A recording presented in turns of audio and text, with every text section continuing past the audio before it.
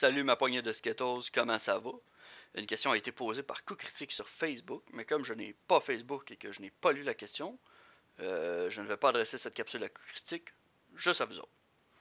La question, selon ce que j'ai vu des autres rôlistes sur YouTube, est la suivante. Si tu ne pouvais garder que 3 livres de ta collection de jeux de rôle, lesquels seraient-ils? Je n'ai pas une grosse collection, il y a des livres que j'aimerais ajouter à la liste, mais que je ne possède pas. Alors mon seul critère va être le facteur coût. Essentiellement, je veux plus de livres comme ça. Sans ordre particulier, on va commencer ça. Index Card RPG par Runehammer.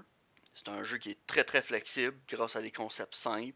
Il y a un superbe chapitre pour les meneurs, puis c'est compatible avec tous les jeux des 20. Fait que tu te ramasses un livre des 20, puis tu décides d'avoir des règles de ça là-dedans, ou l'inverse, ça fonctionne. Il y a une traduction récente par les 12 singes, qui est très coûteuse malheureusement. Ça tourne autour des environs de 130$. Fait que je vous recommande à la place d'aller acheter le livre sur DriveThru RPG. Pas mal moins cher, mais c'est en anglais. Beaucoup de matériel sur les forums. Le post YouTube du créateur est génial. Je vous recommande même d'aller voir la vidéo Trap Theory par Runehammer encore. Et ça te montre comment penser à une scène comme un piège pour tes joueurs. Ça rend les scènes d'action puis très excitantes, très intenses. Le deuxième livre, Advanced Race Guide pour Pathfinder, ça te permet de créer des races. Puis j'aimerais ça avoir ce genre de livre-là pour toutes sortes d'autres choses, comme des classes, des monstres, des sorts. C'est vraiment plaisant. C'est comme se faire un personnage dans tes temps libres.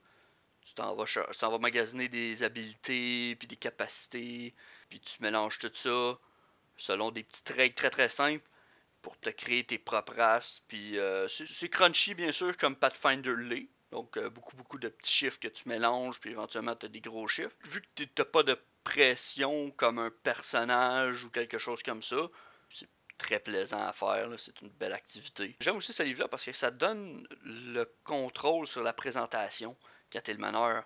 Quand tu crées une panoplie de races, tu pourrais moins arbitraire que quand tu fais restreindre des races aux joueurs, quand tu vas dire vous n'avez pas le droit de jouer des gnomes, des nains, des elfes parce que ça se passe pas dans ces royaumes-là. Les joueurs ils comprennent mieux, ils se disent ah oui, c'est clair qu'il vient de passer du temps à faire des nouvelles races, il veut qu'on joue celle-là. Une belle petite astuce, moi j'aime ça. Puis pour le troisième livre, je triche, mais en fait, je ne triche pas parce que j'ai acheté ce livre-là exprès pour le jeu de rôle. C'est les créatures fantastiques du Québec par Alexandre Girard et Brian Perrault. Vous connaissez probablement Brian Perrault pour Amos d'Aragon. C'est pas nécessairement juste des monstres, c'est aussi des phénomènes mystérieux puis des fantômes pour inspirer des rencontres plutôt que juste des combats.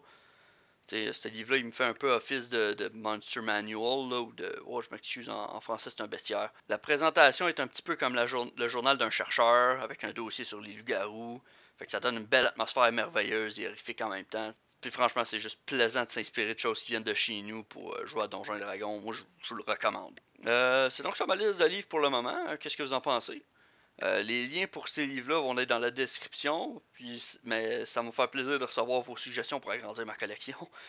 Fait que passez une belle journée, prenez soin de vous, à la prochaine.